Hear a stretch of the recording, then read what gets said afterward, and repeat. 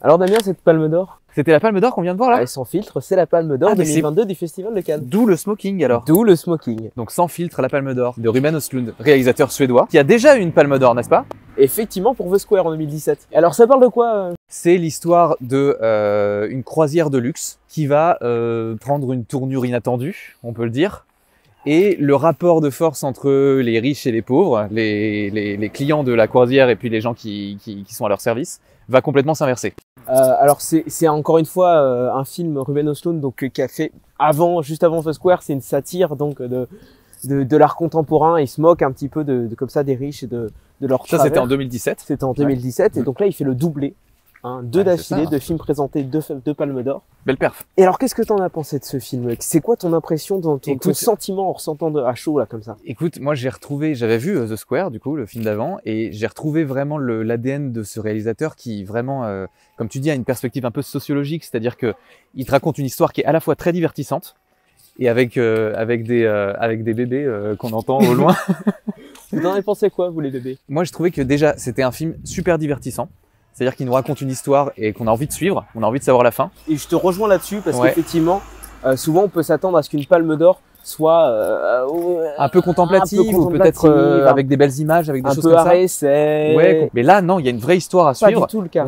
On est assez attaché mine de rien au personnage, même si ils nous énervent, ils nous surprennent. Des fois, on a envie de les gifler, mais en même temps, on a envie de savoir ce qui va se passer parce que il leur arrive quand même des bricoles, quoi. Et avec un jeu d'acteur assez exceptionnel Ah tout ouais, de même. complètement. Je veux dire, on est dans la finesse, on est dans la subtilité et on tombe pas du tout dans le stéréotype parce que effectivement, on va pas spoiler le film, mais on a à la fois une satire des riches, mais aussi tout simplement du pouvoir absolu qui corrompt C'est ça. celui qui le détient. C'est ça. Et parmi tout ça, on a pour donner un peu envie, on a de la maladie, on a des diarrhées, On a beaucoup de fluide. on a beaucoup de On fluides. a beaucoup de fluide, comme vous pouvez. Enfin, déjà, c'est une croisière, donc il y a la mer, Mais forcément, en on a termes de liquide. beaucoup de fluides. Mais voilà, on peut aussi penser à tous les fluides qui sont générés par le mal de mer, par Voilà. exemple.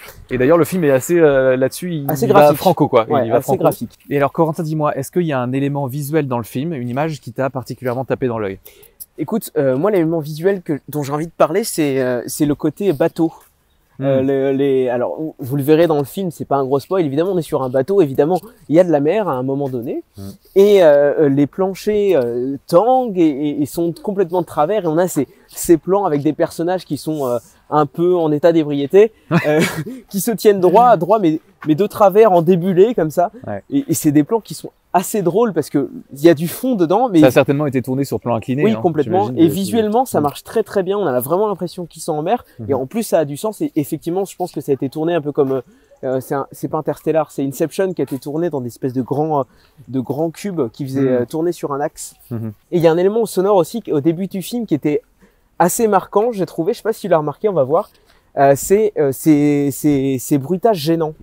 On avait une mouche qui venait se poser sur les cordes. Oui. On avait l'arrière, l'essuie-glace arrière qui C'est ça. faisait un bruit de l'enfer.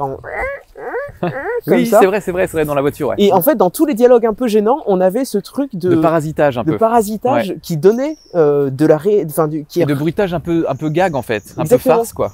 Mais moi, je trouvais que ça ramenait du réel dans la situation parce que dans ces situations-là, on n'est pas juste en train de s'engueuler de façon très intense. Ouais. On a aussi un bruitage, on a aussi des bruits derrière nous qui font chier, le truc qui revient régulièrement, le clignotant, le machin. Et j'ai trouvé que c'était Et intelligent. c'est un comme peu effet comment sonore. la vie continue à exister avec son côté parfois burlesque sans aucun sens pendant qu'on a des conversations super importantes quoi. Tu parlais du pouvoir tout à l'heure et du rapport de pouvoir qui s'inverse entre les riches et les pauvres dans ce film. Toi, est-ce que ça t'est déjà arrivé dans la vie de sentir que parce que on t'avait donné d'un coup un pouvoir, tu disjonctais un peu et tu en abusais?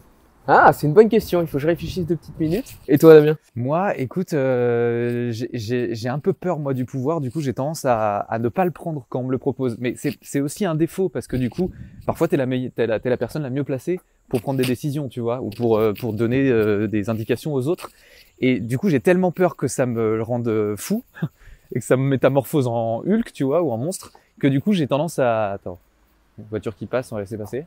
Il s'est dit, mais à quoi ils jouent les mecs avec leur smoking là? Mais ouais, donc du coup, j'ai tendance, tu vois, à le refuser, ouais, à le refuser. Et des fois, après, je m'en mords les doigts parce que d'autres le prennent. Et je me dis, ah putain, ce serait quand même vachement mieux si c'était moi qui donnais les ordres, tu vois. Et alors, tu le conseillerais à qui, ce film, Corentin? Ce film, écoute, je le conseillerais principalement déjà aux gens qui ont déjà vu le travail de Ruben Östlund avant. Ouais. Et qui l'ont aimé. Et qui l'ont aimé. Mais en fait, un peu à tout le monde, parce que je pense que qu'on aime ou qu'on n'aime pas, c'est quand même, c'est un film qui peut faire partie d'une culture générale.